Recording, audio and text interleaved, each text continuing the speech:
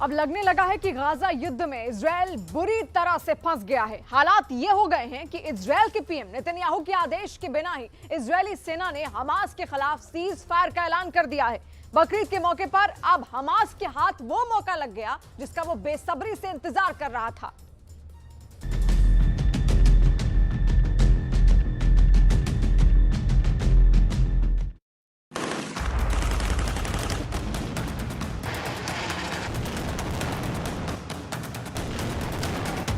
बकरीद पर नेतन्याहू से सेना की बगावत।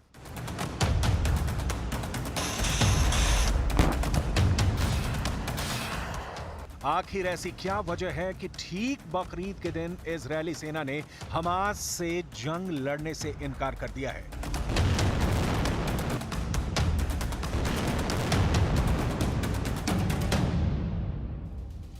ऐसा कैसे संभव है कि प्रधानमंत्री नेतन्याहू अपनी सेना से जंग लड़ने के लिए कह रहे हैं और इजरायली सेना नेतन्याहू के आदेश को ठेंगा दिखाते हुए कह रही है कि हम हर दिन में 11 घंटे तक जंग नहीं करेंगे? क्या 250 दिन की जंग में इजरायली सेना बुरी तरह से थक गई है या फिर दिन में हमास के घातक हमलों से इजरायली सेना डर गई है?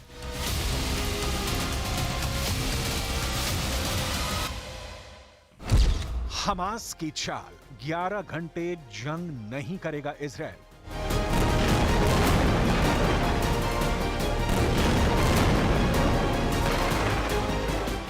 ईद के दिन नेतन्याहू अपनी सेना से इतने ज्यादा नाराज हो गए हैं कि कई वॉर एक्सपर्ट्स दावा करने लगे हैं कि इजरायली सेना नेतन्याहू के खिलाफ बगावत पर उतर आई है और अगर यही हाल रहा तो इजरायली सेना गाजा में हमास के हाथों हारने लगी है। हैरानी की बात तो यह है कि इजरायली सेना अब तक 15,000 से ज्यादा हमास के लड़ाकों को मार चुकी है। Rafah, Khan Younis, Jabalia camp, Kerem Shalom crossing में भयानक जमीनी और हवाई हमले में 37,000 से ज्यादा फिलिस्तीनी मारे जा चुके हैं। और तो और गाजा की 90% इमारतें इजरायली हमले में तबाह हो चुकी हैं। ऐसे हालात में अचानक इजरायली सेना जंग लड़ने से इनकार क्यों कर रही है? ये वाकई हैरान करने वाली बात है। अब आप ये भी जान लीजिए कि इजरायली सेना हर दिन 11 घंटे गाजा के कुछ इलाकों में जंग क्यों नहीं करना चाह रही है।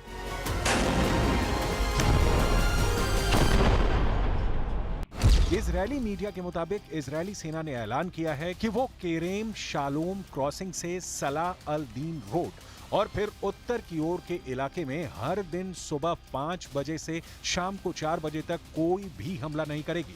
यानी हर दिन 11 घंटे तक इजरायली सेना हमास पर हमला नहीं करेगी।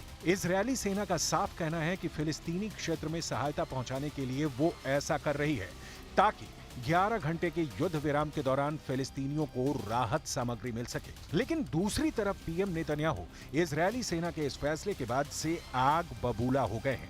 नेतन्याहू का साफ कहना है कि 11 घंटे के सीज फायर का फायदा हमास के लड़ाके उठाएंगे और इजरायली सेना को भारी नुकसान होगा। इजरायल के अधिकारियों के मुताबिक नाराज नेतन्याहू ने सेना के सचिव को तलब करते हुए कहा है कि सेना के इस फैसले को कभी स्वीकार नहीं करेंगे। The Israeli military has announced what it's calling a tactical pause on fighting in the southern Gaza Strip in order to allow more humanitarian aid to enter the territory. This is not a full-fledged ceasefire. It is a halt in fighting in a very small part of Gaza near the Kerem Shalom border crossing. This crossing is important because it's the main gateway for humanitarian aid to enter the territory.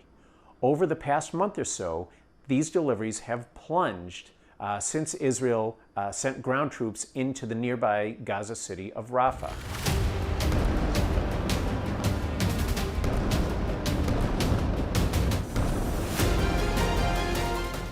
Gaza जंग को लेकर Israel में इस वक्त जो हालात चल रहे हैं उसे दुनिया भर के देशों के होश उड़े हुए हैं। ऐसा इसलिए है कि अगर हमास इजरायली सेना पर भारी पड़ गया तो फिर पश्चिमी देशों के खिलाफ मिडिल ईस्ट में ईरान, यमन, सीरिया और लेबनान की तरफ से भीषण हमले शुरू हो जाएंगे। अपनी जबरदस्त हाई टेक्नोलॉजी और घातक हथियारों के बावजूद 250 दिन बाद भी इजरायल हमास का सफाया क्यों नहीं कर पाया है? इसी को लेकर नेतन्याहू सरकार और सेना में बगावत जैसे हालात पैदा हो गए हैं।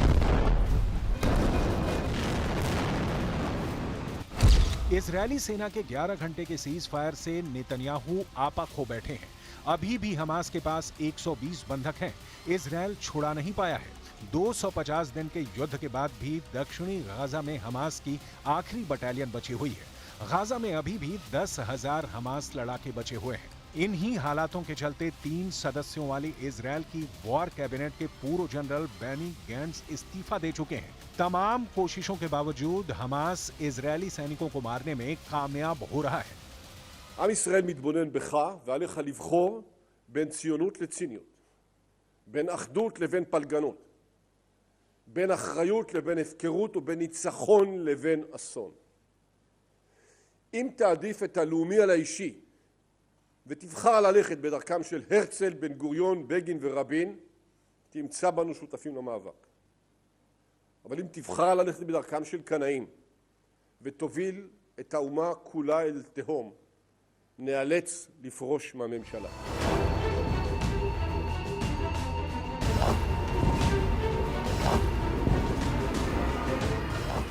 ये वो हालात हैं जिसने दुनिया भर में इजरायल की पोल खोल कर रख दी है।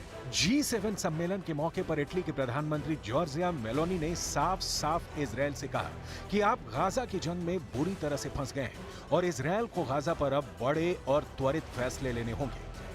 ऐसा लग रहा है जैसे इजरायल एक जाल में फंस रहा है। गाजा में हमास को इसे अलग थलग करना था। इजरायल के दोस्तों को इजरायल को स्पष्ट मदद देने की जरूरत है। उसकी सुरक्षा के लिए इजरायल के साथ इटली है। हम बिल्कुल यही कर रहे हैं।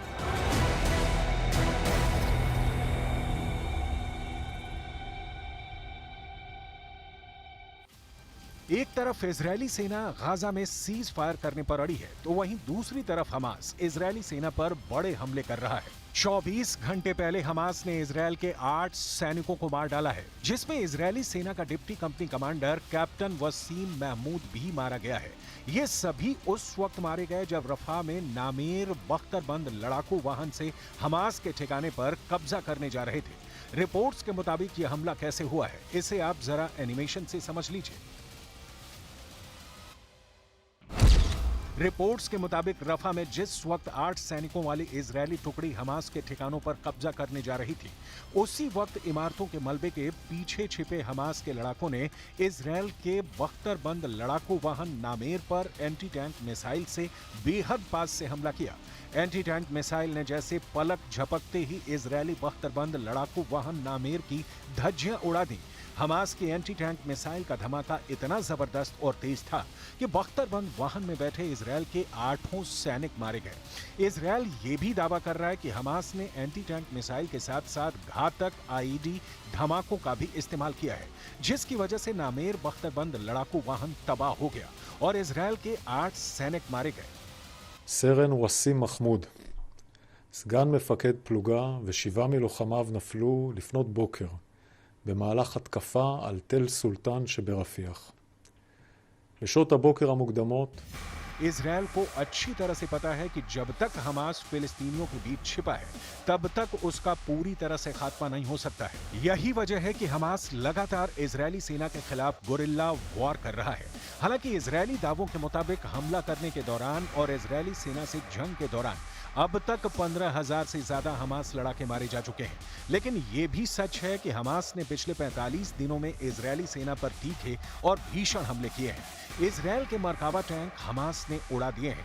यहाँ तक कि छिप कर किए गए हमास के हमलों में इजरायल की नाहल ब्रिगेड के कई कमांडो और कमांडर तक मारे जा चुके हैं। अब आप जरा ये देख लीजिए, हमास 250 दिन बाद भी गाजा में इजरायली सेना के सामने क्यों टिका पड़ा है।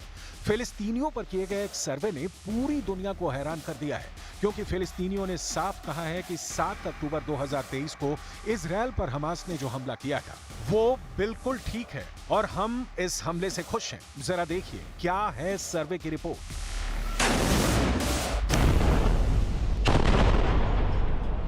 8 महीने से ज्यादा की जंग के बाद भी हमास का समर्थन ना तो गाजा में कम हुआ है और ना ही वेस्ट बैंक में।